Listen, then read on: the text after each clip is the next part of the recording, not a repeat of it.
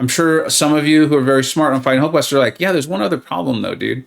Obviously, you don't. Before we get started, big shout out to my buddies, MP Blaze, part of that rankings team. Make sure you check him out. KT1, my buddy Andy, we go back farther, even farther than me and DLL. And of course, White Mummy, great war, guys. Really looking forward to hopefully matching you all again next season. All right, let's get to the video. Hey, welcome back to the channel. All right, 4 Loki versus NewN. Number 1 versus number 3. This was going to be exciting no matter what. This is what I love about war. This is how I would want war to be. So pumped up to get into it. There's going to be a lot of fighting or like time in there. So we're just going to jump straight into it. And I'll do a lot of the talking during the fight, especially this first one here. This is the strike counter, or I'm sorry, the hazard shift lane here against this void. You're going to see, and I'm not going to try to sugarcoat this. I just absolutely flubbed this. Like, completely 100%. If you want to see this fight taken well, because it can be taken well, this is a great assignment here from Lizer.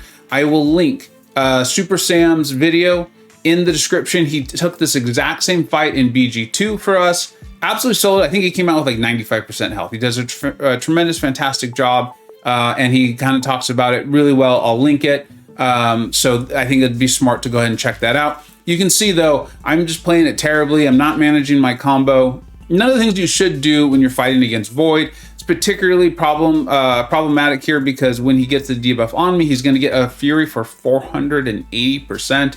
And I'm going to talk briefly about something I've been mentioning in my videos, and so many of you are being supportive, and it's awesome. It's great. Thank you. But I want to be really clear when I'm talking about how I'm having trouble with parries and things like that. I don't mean like I feel like it's missed inputs. I mean that the last 2 weeks, I just have not been able to play this game very much at all. It's really probably like 3 or 4 weeks. So war has been even more just my main focus. I'm honed in on getting better at that fight on 26 against Sasquatch, using Spider-Man 99, Miguel, getting those duels in, fighting Nimrod bosses over and over and over, where even I'm like, yeah, okay, we sold another boss, let's move on. But it's showing up in fights like this, where the timing, the parry timing things for fighting Void aren't what they were, you know, a year ago or 2 years ago, or wherever I have gotten used to. And so as a result, at the beginning of this fight, I missed a parry. And I'm like, God, like, and it just allowed me to go downhill because so much of that fight is timing, making sure that we're crossing over those 10 combo hit meters, right? That milestone when would be applying the debuff, because the debuffs alone, even without the Fury, are doing really significant damage. And I'm not used to playing Penny. This is the first time I've taken her into war. So these aren't excuses. I just want to be really clear at what I'm talking about, because I don't want to misguide or misjudge or mislead anyone in saying like, oh, I missed an input. No. A lot of these mistakes, they're just me. Like I even, you're going to see here in this one, there's, I usually punish Void's SP1 a very certain way. I'll do the dash back, then I actually dash back in. And then when he gets ready for the second part, we'll see it here. I'm not even going to try it. See right there, I would normally have dashed back in. That way I'm close to him and I can punish the SP1. If I'm not feeling great, I just block it, that part, but I'm still very close to him. And I tried that in the first fight and I just got punished. So I missed the parry. Then I tried my normal SP1 evade and punish of Void's SP1. And I just got absolutely ruined. And that's what I'm talking about is I think the game is consistent. At least it feels like it is. It's just I'm not playing enough against all these various champions. I'm not using Peni Parker. It's the first time I've ever brought into war. And I think it really shows. I think it really shows. And then when you can't parry, it's just a cascading, you know, the cascading waterfall I talk about sometimes on that Nimrod boss fight of problems. And you see it there. So I was glad we got it down. Go check out Sam's video. He does a really nice job with it. If you want to see that fight taken well, because it can be for sure. Now, moving on. Oh, and the thing with Penny, if you've been watching my season, you know, the first time I take a champion into war this season, they die. It's just how it is. So guess what? We're taking another fight with a champion I've never used in war ever. And I haven't used him this season, of course, right? We're going up against this Colossus. In fact, I took Anti-Venom to rank 3 right before I joined the war. This was the whole idea, was to have him for this particular fight. And he does work out really well, but this is part of why I've recorded this video 3 times now, is I keep going back and I notice interaction. I want to make sure I get it right and explain to you what exactly is happening, because this is This is a trap. Well done, NewN. You can tell, I mean, they know what they're doing. Okay, so we have the Hazard Shift, Incinerate, Poison. Anti-Venom will take care of that on his own. We have the Feat of Indestructible. So Colossus is going to go Indestructible when I get to the SP1. And then this is one of the reasons where I was like, something's not sitting right. You know, not that every placement from NewN is going to be a trap of some sort, but there was something just not sitting right for me about that combat power rate, because it's the SP2, which allows Colossus to get more armor ups. The other way he could do it is if I hit him too hard. I think it's like 150% of his health or something like that, or of attack, he'll get more armor ups. You can see the parry timing. I don't really fight a lot of Colossus these days. I just haven't faced any in war, I don't believe.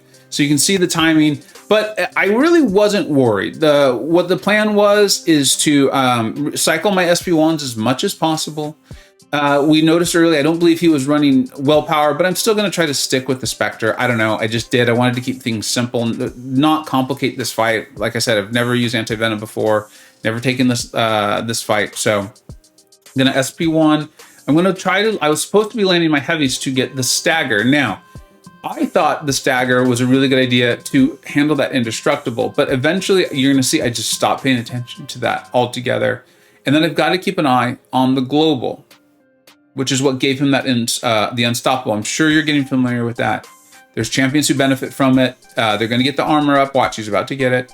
And then there's a 30% chance when they get that armor up to go unstoppable. Now, this fight, this is pretty generic. I think it's cool though, because it shows you don't have to play Anti-Venom for like max damage. I'm not even really taking advantage of his utility here, right? Because the defender wasn't, not appear to be running the willpower. So despair, all that stuff's not really coming in. We're just kind of using his immunities, and I could be using the stagger better, but I'm not even doing that. And he's obviously got this fight well in hand. So what's the issue? What am I talking about? Why have I done this video 3 times to make sure I get this right for you? It's this right here, and it's gonna come up as we get close because it only happens once, although it may have happened right there. Yeah, I think that was it actually. Hopefully it happens again. I was very cognizant of trying to make sure I throw my specials when the unstoppable timer, the unstoppable armor timer is on the cooldown, because Anti-Venom's specials are very long. In my last war video, I used Apocalypse and we talked about that. He has extremely long specials. So when I threw them, I wanted to make sure I timed it when the timer was at its length or its maximum capacity, right? Because if he gets an armor up and then goes unstoppable during the middle of my special, I'm gonna get punished. Here's why this was tricky, and nice placement, NewN. I did not even think about, and some of you maybe already know where I'm going with this. Signature ability for Colossus is the percentile chance to refresh the heavy. So I didn't think about that. It's not just his personal heavies or his personal armor ups, it's any armor up. So he gets the armor up from the global. It freshes for, I don't know, I think it's like 3 seconds. You can see on cooldown here. Let's see if this is the one. Yeah, there it is. It was the refreshing of the armor up from the global that gave him that unstoppable. We were so close at the end of the fight. I just assumed I misplayed something. Maybe I hit him harder. I was very, you can see it threw me off. I even threw my SP1 into the destructible. I had no idea in the fight why that unstoppable triggered. Now, it's not likely to trigger. I think a SIG 200 Colossus only gets to about 45% refresh. So it's like a 45% chance to happen. And then after that, it's still a 30% chance to happen. But you can see it can happen. If you're taking that fight, be very, very mindful that this could happen to you. Work around it. Obviously, a slow champion would be fantastic, but I don't think there's any slow champions that have the immunities that would allow you to take that fight. So really nice placement. And some of you, I know you're probably thinking just use the decelerate from Anti-Venom. For whatever reason, it seems the decelerate does not work. It does not cancel out the unstoppable. So you're still going to get the unstoppable and he will still be unstoppable even with the decelerate. Really, really interesting set of just interactions there and so many layers of things you need to be mindful of. But I was glad we got it done. That was cool to not die with a champion the first time I take them into war this season. Now, we're going up against NewN. This was incredibly, incredibly close. I had a death.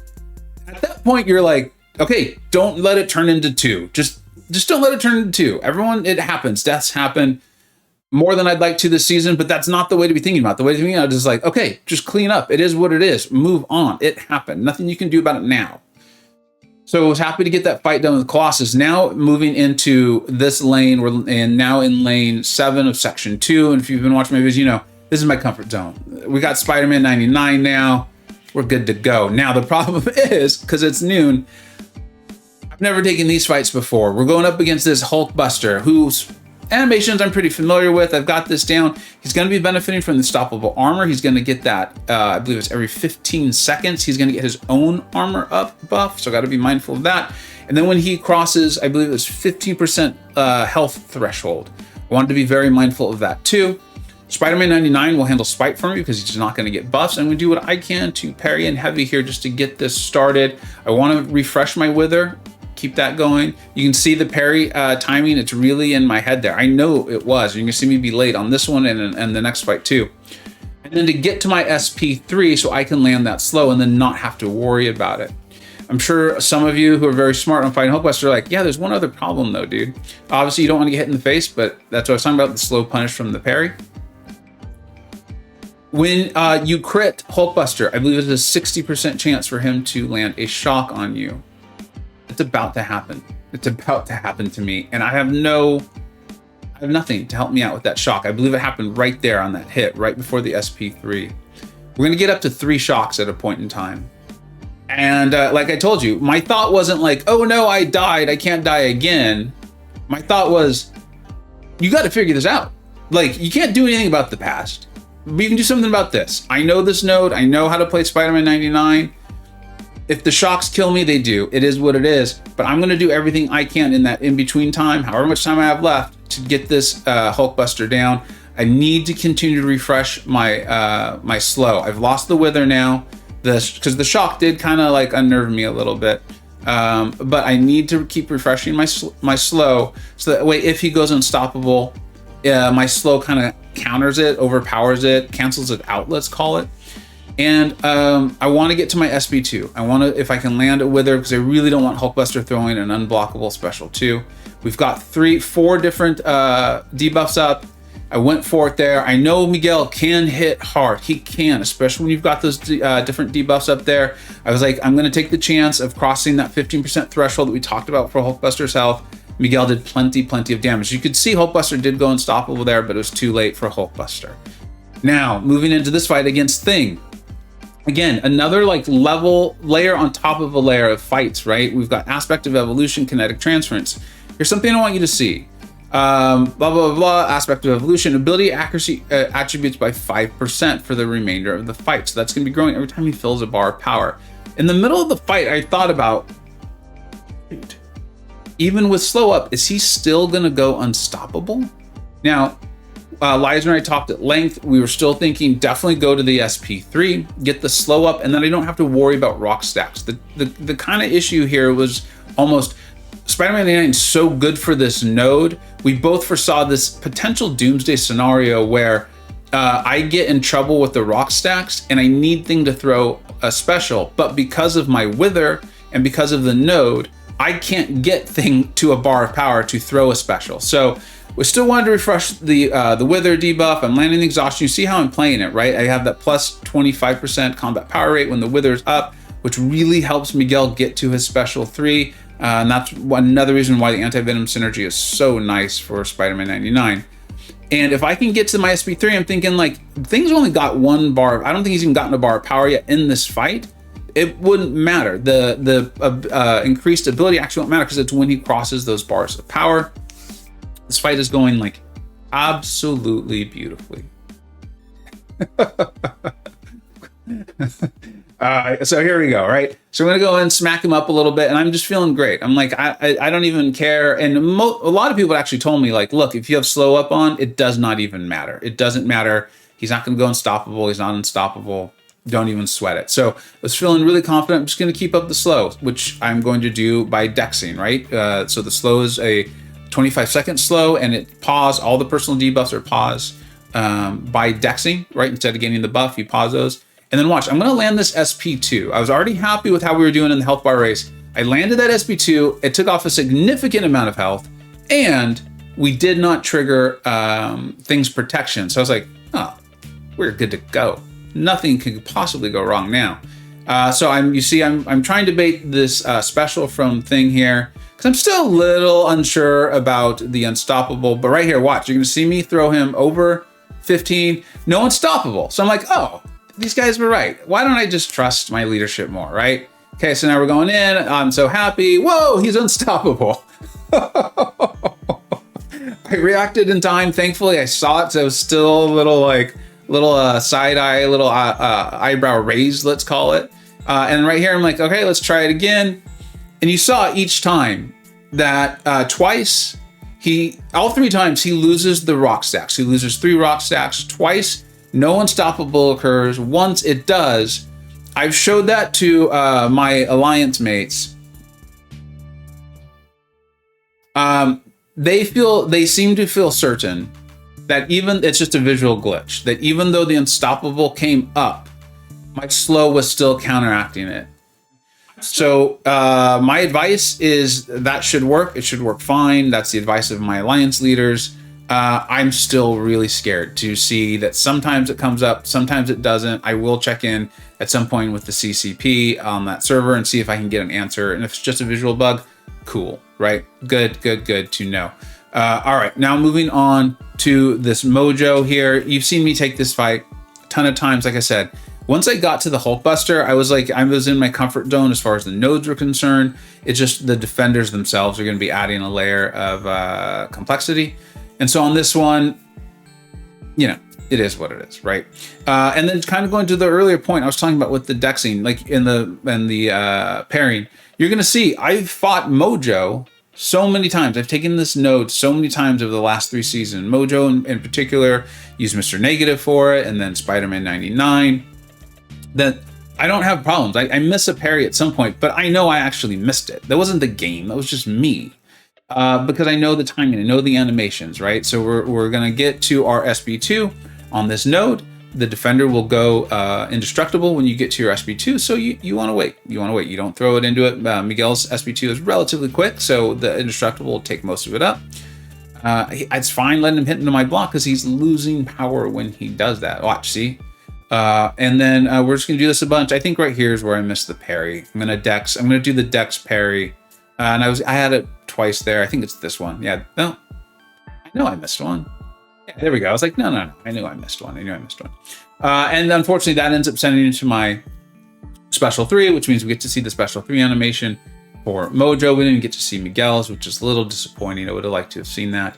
And I think we go and finish him off with a combo here. Yeah, I was a little hesitant for some reason. We'll go in and we finish him off with the combo. So, you never feel, I'm not going to ever try to say like, oh, the death was fine. No, it's never fine. But I'm really happy with how we finished it off. I'd like to not have wars like that for a while here this season. But it is what it is. What are you going to do? And New Nation, right? Congratulations. They clutched out. They got donuts in every single BG, meaning they had 0 deaths throughout the whole war. 4 Loki played amazingly. Only 4 deaths in total, the whole war for the Alliance. That's incredible. Like, I'll take that every day of the week. And I think this is such a great example of, we see this in Alliance war where, an Alliance is averaging 6 or 8 deaths or 7 or 4 or whatever. And then they'll go up against someone. And I feel like however that opponent is currently playing really has an effect on how well both alliances play. It's really unique, right? Like, I'm sure everyone stepped it up. Everyone was doing their duels, boosting, and all that stuff. And as a result, both alliances, I think, had their best performances for the war, this war season. And I think that's just the nature of competition. We see it in sports all the time. So congratulations, thanks to Lizer, B-Manny, and Ares, who's heard their names before. Amazing players. And we'll look forward to the next one. We're now in 3rd. I believe New Nation is now in 2nd. And I think GT40 is in 1st. Really excited for the next 4 wars of the season, because it's not just those 3 alliances. There's a bunch other who only have 1 loss. It's going to be a very cool finish to the season. I'm extremely excited for it. Let's go ahead and check out the season stats. All right, season stats. As we always start off with, the most important stat is 4 Loki's win-loss record and where we're standing. We're at 7-1 now. Yeah, it is what it is. Our goal at the beginning of the season was Masters, but now that we're so close to top 3, of course we're going for it. We're going to do our best, like you just saw. And I'm really looking forward to competition and fighting these top alliances. 46 kills, 4 deaths. I don't like the ratio, but like I've said, what are you going to do about it? I can't change the past, but I can try to continue to improve and do well on the future. 4 boss solos. I have a feeling we're going to get another one today because I've seen the map. I think 2 of them have been against Nimrod, maybe 3. 1 against a Sasquatch, maybe 2. I don't even remember, to be honest. Like, we've talked about that. Hopefully you've seen one of the videos with one of the solos.